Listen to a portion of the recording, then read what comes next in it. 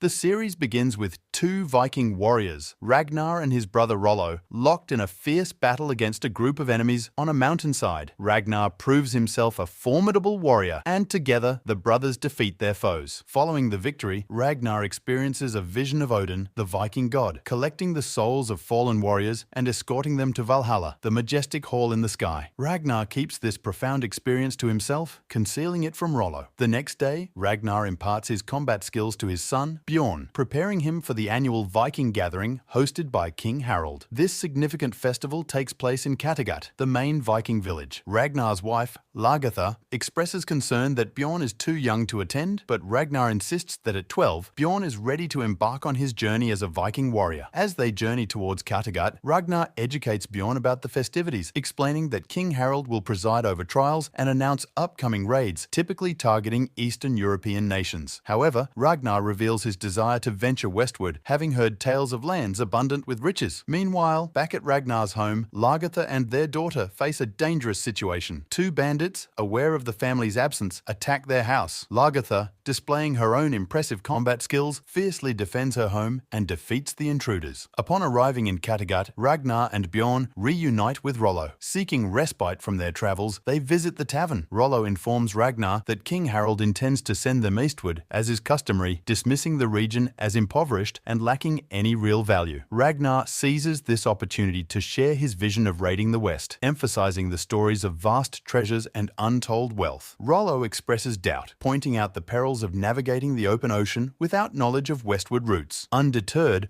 Ragnar unveils a wooden compass he acquired from a sailor, explaining its ability to guide them using the sun's position. When Rollo questions how they would navigate under cloudy skies, Ragnar reveals a transparent stone called a sunstone, capable of locating the sun even when obscured by clouds. The following day, the villagers assemble in King Harald's hall for the annual celebration. The king enters with his wife, Siggy, and commences the trials, dispensing justice upon those found guilty of wrongdoing. Bjorn, alongside another young man, participates in a symbolic sword ceremony, pledging their allegiance to the king and officially becoming Viking warriors. As the festivities are about to begin, Ragnar interrupts the king, boldly inquiring about the target of their next raid. When Harald confirms their eastward destination, Ragnar challenges his decision, advocating for westward expansion and highlighting the potential for immense wealth. Enraged, Harald reminds Ragnar of his authority, declaring that as the provider of ships and funding, he alone dictates the direction of their raids. He dismisses Ragnar's claims of Western riches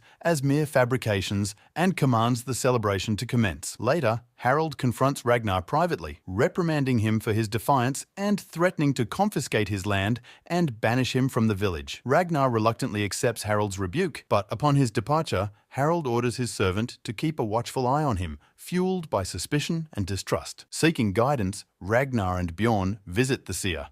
Despite seeking clarity about his future, Ragnar struggles to comprehend the seer's cryptic pronouncements. Meanwhile, Harald awakens from a disturbing dream, haunted by visions of his two sons murdered and discarded in a pit. Determined to pursue his westward ambitions, Ragnar visits Floki, a skilled shipbuilder, revealing that he has invested all his resources in commissioning a sturdy vessel capable of withstanding the arduous journey. Upon returning home, Ragnar inquires about any noteworthy events during his absence. Lagertha, concealing the bandit attack, assures him that all has been tranquil. Later, Rollo questions Ragnar about the ship, learning that Floki's construction is nearing completion. He expresses concerns about assembling a loyal crew, fearing that Harald's influence might lead to betrayal. Ragnar contemplates this challenge, pondering his next move. Meanwhile, Rollo, consumed by jealousy towards Ragnar, makes advances towards Lagertha, professing his love. However, she firmly rejects him, asserting that he will never attain the same level of greatness as his brother. At that moment, Ragnar experiences another vision of Odin, reinforcing his belief that he is on the right path. He shares this revelation with Rollo and Lagertha. After several days,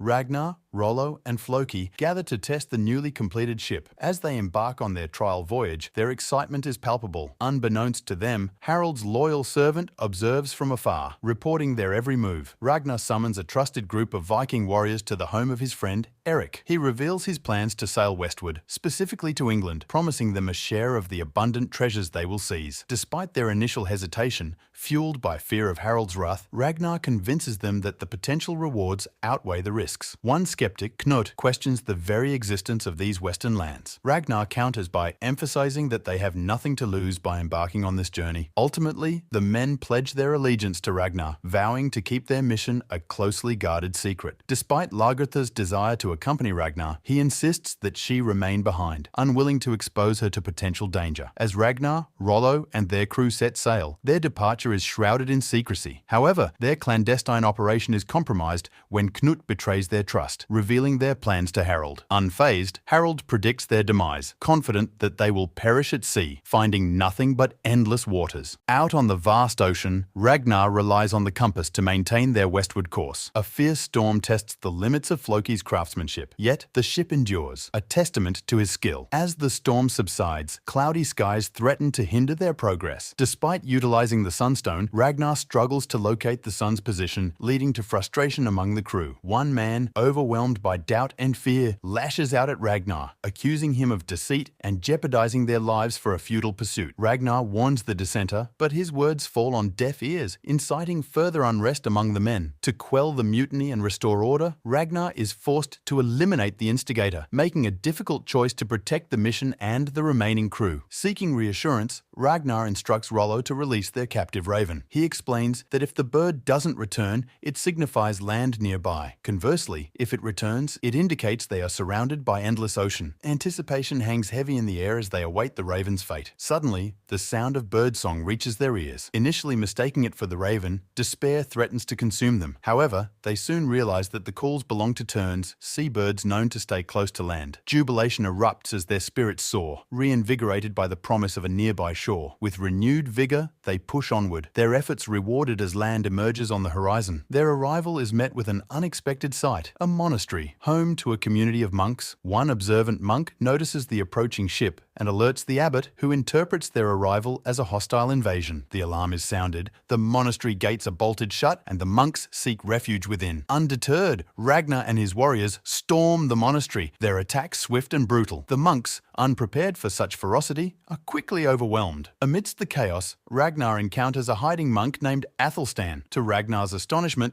Athelstan addresses him in their native tongue. Pleading for his life, Athelstan explains that he acquired their language through extensive travels and a thirst for knowledge. Rollo, driven by bloodlust, prepares to strike down Athelstan, but Ragnar intervenes, recognizing his potential value. He proposes keeping Athelstan as a slave, believing they can profit from his unique skills. With the monastery plundered of its treasures, Ragnar and his men gather their bounty and prepare to depart. Athelstan, along with several other monks, is taken captive, their fates uncertain. Their return to Kattegat is met with jubilation. Villagers line the shores, their cheers echoing through the air as they celebrate Ragnar's triumphant return. He has fulfilled his promise, returning with tangible proof of the Western land's riches. However, their moment of triumph is short-lived. Knut informs Ragnar that King Harald demands an audience. Ragnar, accompanied by his men, presents himself before the king, displaying the wealth they have acquired. He recounts their daring raid, emphasizing the ease with which they overwhelmed the undefended monastery. Harald, his suspicions growing, inquires about Ragnar's navigation methods. Ragnar attributes their success to mere luck, a claim that fails to convince the skeptical king. As punishment for defying his orders, Harald claims all the treasure as his own. Ragnar pleads with Harald to reward his men, highlighting the risks they undertook to secure the riches. Reluctantly, Harald allows each man to choose a single item from the vast hoard. When Harald questions Ragnar's own preference, his response takes everyone aback. He chooses Athelstan, requesting him as his slave. Harald,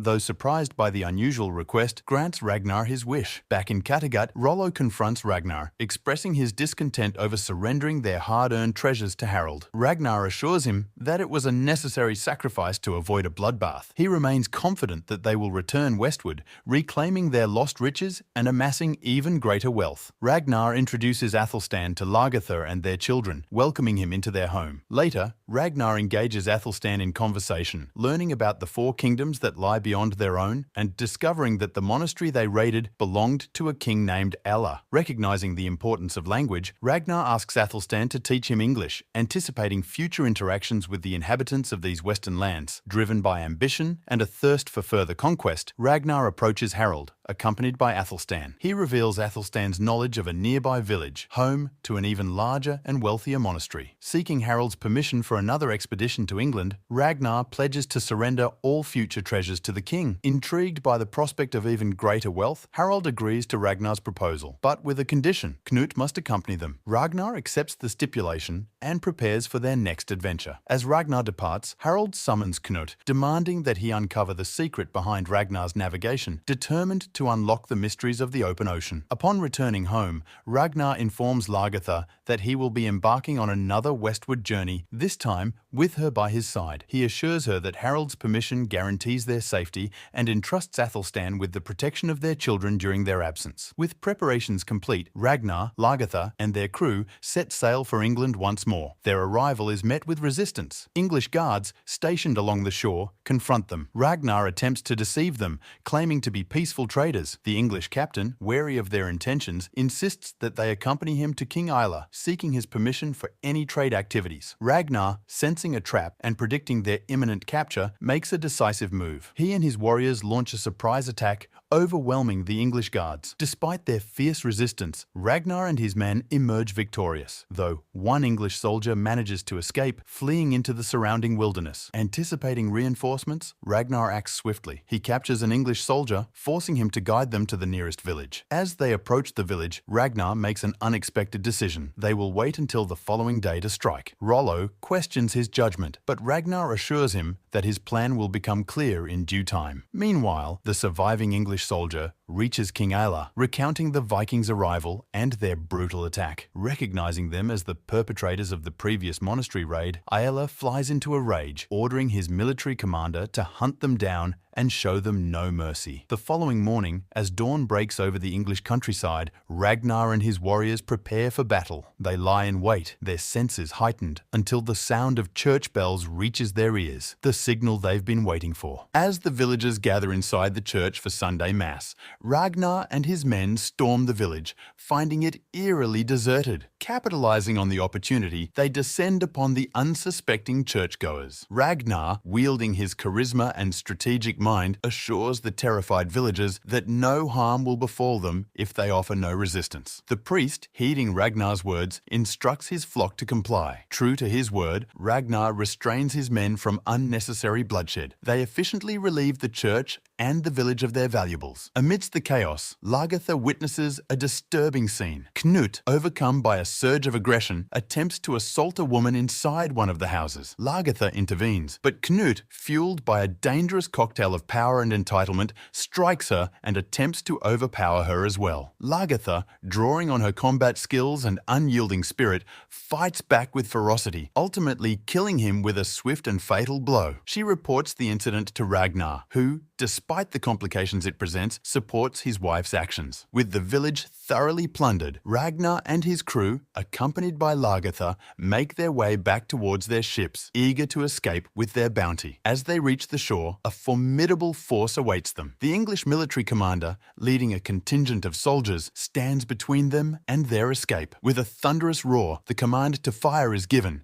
and a volley of arrows rains down upon Ragnar and his warriors. Unfamiliar with this particular battle tactic, Ragnar's men find themselves on the defensive. Thinking quickly, Ragnar adapts, ordering his men to form a shield wall, their shields interlocked, creating a formidable barrier against the relentless barrage. With their defense firmly established, the Vikings charge, engaging the English soldiers in a brutal and bloody clash. The English soldiers, taken aback by the Vikings' ferocity and the mounting casualties on their side, begin to falter. Fear courses through their ranks as they realize the formidable foe they face. Their leader, defeated defeated and demoralized, retreats, returning to King Aella with tales of the Vikings' might. He admits that he has never witnessed such bravery and skill in battle. Aella, enraged by this humiliating defeat, demands to know the identity of their attackers. The commander reveals that he had captured 2 Vikings from the ship but couldn't understand their language. However, he learned that their leader was called Ragnar. Meanwhile, Ragnar and his warriors return to Kattegat, where King Harold awaits their arrival, eager to claim his due. Ragnar presents the plundered treasures, recounting their victory against King Aella's forces. However, their triumph is short-lived. When Harold inquires about Knut's whereabouts, Ragnar reveals that he was forced to kill him to protect Lagertha from his violent assault. Harold, enraged by this perceived betrayal, refuses to believe Ragnar's account. Accusing him of murder, Harold orders his men to seize Ragnar and imprison him. Later, Harold summons Rollo, seeking to exploit the rift between the brothers. He offers Rollo a share of the treasure and promises him his daughter's hand in marriage in exchange for betraying Ragnar. Rollo, tempted by power and driven by resentment, agrees to Harold's terms. The following day, Ragnar stands trial before the villagers, accused of murdering Knut without cause. Harold presents Rollo as his key witness, confident in his betrayal. However, when called upon to testify, Rollo makes a surprising choice. He lies, claiming that Ragnar killed Knut in self-defense after witnessing him assault Lagertha. Harold, enraged by Rollo's unexpected loyalty, is unable to act against Ragnar. That night, Ragnar celebrates his acquittal with his family and fellow villagers. Lagertha expresses her gratitude to Rollo for his unexpected support, unaware of his true motivations. Rollo confesses that his actions were solely for her, hoping to win her affections. Their celebration is shattered when a group of bandits, sent by Harold to silence Ragnar and his supporters, descends upon the village. Ragnar and his warriors fight back, their combat skills honed from years of raiding and warfare. They defeat the attackers, but not without casualties. Realizing the futility of covert actions, Harold, consumed by vengeance, launches a full-scale assault on Ragnar's village, slaughtering its inhabitants. Ragnar, away on a hunting expedition,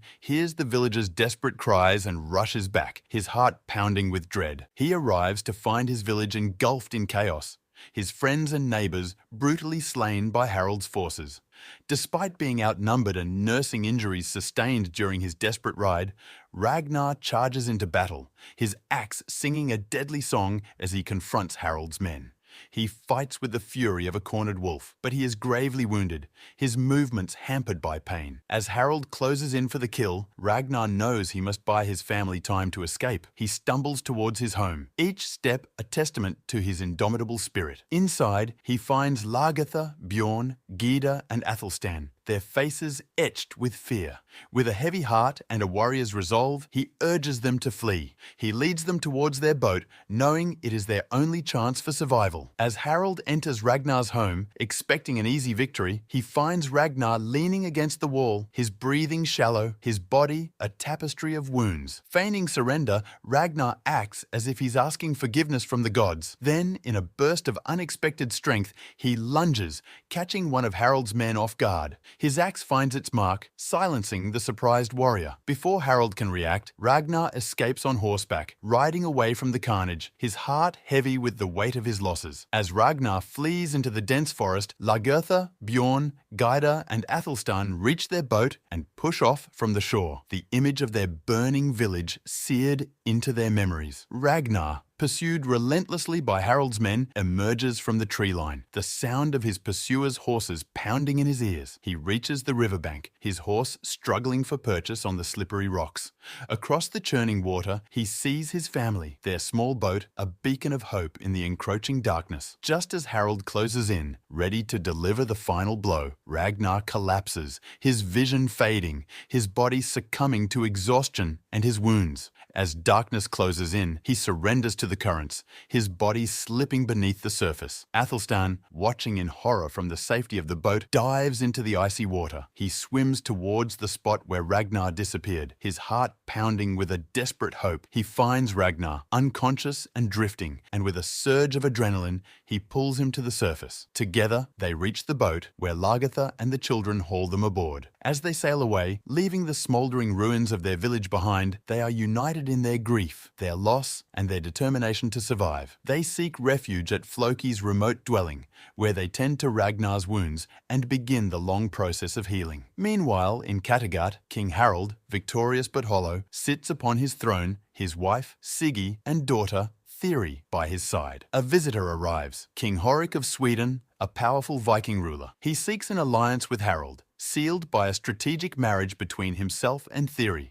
Siggy is disgusted by the age difference, but her protests fall on deaf ears. Harald, blinded by ambition and the desire to secure his legacy, agrees to the union. Thyri, stripped of her agency, is forced to accept her fate. She marries Horik in a lavish ceremony, her heart heavy with resignation. Rollo attends the wedding, his presence a constant reminder of his conflicted loyalties. Harald, suspicious of Rollo's true allegiance, demands to know why he has come. Rollo assures Harald that Ragnar is dead, claiming to have searched for him relentlessly over the past months. He insists that his brother and his family perished at sea, their bodies swallowed by the unforgiving depths. Despite his doubts, Harald, eager to believe Rollo's words, demands an oath of fealty. Rollo, unwilling to swear a false oath on his brother's life, refuses, insisting that without tangible proof, he cannot confirm Ragnar's demise. He pledges his loyalty to Harald, seeking purpose and a way to numb his internal turmoil. However, Harald, still haunted by Rollo's betrayal during Ragnar's trial, remains distrustful. He orders his men to seize Rollo, imprisoning and torturing him to extract information about Ragnar's whereabouts. Meanwhile, at Floki's homestead, Ragnar slowly recovers, his body and spirit on the mend. One of his loyal warriors, Thorstein, secretly visits, bringing news of Harald's tyranny and Rollo's imprisonment. Ragnar, enraged by Harald's actions and consumed with guilt over Rollo's suffering, devises a plan. He dispatches Floki to Kattegat, bearing a message for Harald. Ragnar challenges him to single combat, a fight to the death to settle their feud. Ragnar knows that Harald, proud and eager to prove his strength, will not refuse the challenge. As anticipated, Harald accepts, seeing an opportunity to rid himself of Ragnar once and for all. The day of the duel arrives and the villagers gather, their anticipation palpable. Ragnar, his wounds healed, but his spirit still bearing the scars of loss, faces Harald, their swords gleaming under the pale sky. The duel is a brutal dance of steel and fury. Harald, despite his age, fights with surprising agility and strength. Ragnar, his movements hindered by lingering pain, relies on his cunning and experience. The clash of their swords echoes across the village, each blow a testament to their skill and determination. As the fight progresses, Ragnar's sword shatters, leaving him vulnerable. Undeterred, he disarms one of Harald's men, claiming a new weapon. The duel continues, each warrior bearing the marks of the other's fury. Just when it seems Harald might emerge victorious, Ragnar, fueled by righteous anger and the will to survive, finds an opening. He strikes, his axe biting deep into Harald's back. Harald crumples to the ground, his body racked with pain, his reign of terror at an end. Siggy rushes to Harald's side, desperately trying to staunch the flow of blood, but Harald, his life ebbing away, stops her. He accepts his fate, finding solace in the belief that he will reunite with his sons in Valhalla. As Harald breathes his last, Siggy, consumed by grief and rage, turns on Horik, the man who orchestrated her daughter's forced marriage. She attacks him with a ferocity that belies her grief, ultimately killing him. With Harald dead and Horik defeated, Siggy kneels before Ragnar, proclaiming her allegiance to him as the new king. The villagers follow suit, their cheers echoing through the square, their fear of Harald replaced with hope for a new era. Ragnar, accepting the weight of the crown, ascends to the throne. One by one, the Viking warriors approach, pledging their loyalty and vowing to serve him. Rollo steps forward, ready to offer his oath, but Ragnar stops him. He acknowledges Rollo's unwavering loyalty, proven through his torture at Harald's hands. Rollo, his face etched with relief and gratitude, accepts his brother's words, their bond reforged through adversity. Ragnar addresses his people, his voice strong and clear, outlining his vision for the future. They will continue their westward expansion, seeking new lands, new challenges, and new victories. The following day, Ragnar grants Harald a proper Viking funeral, honoring his past as a warrior. Lagertha shares the news of her pregnancy, bringing a glimmer of joy to their grief-stricken hearts. Siggy, fearing for her and her daughter's safety, prepares to flee Kattegat, believing that Ragnar will eliminate them as a potential threat. As she gathers her belongings, Rollo enters her chamber. Siggy, terrified, believes Ragnar has sent him to kill her. Rollo reassures her, offering her in theory his protection. He proposes marriage, promising them a place by his side. Siggy, her fear giving way to a flicker of hope, accepts his offer. Time passes, and Ragnar, driven by ambition and a thirst for conquest, prepares for a new expedition. He assembles a formidable fleet. Their destination, the kingdom of Wessex, ruled by the formidable King Ecgbert. News of the Vikings' impending arrival reaches King Ecgbert, who orders his forces to prepare for war. However, his advisors warn him of the Vikings' might, their ferocity in battle, and their unwavering belief in their gods. Ecgbert, initially dismissive, soon realizes the gravity of the threat they face. As Ragnar and his warriors prepare to set sail, they stand on the precipice of history, their actions destined to shape the fate of nations. Their journey will be fraught with danger, their loyalties tested, and their courage pushed to the limit. But through it all, they will remain Vikings, their spirits unyielding, their hunger for glory insatiable, their legend forever etched in the annals of time. Thus concludes the first season of our saga. If you enjoyed the journey and crave more epic tales of Vikings, let me know in the comments below. And don't forget to subscribe to the channel and give this video a like. Farewell for now.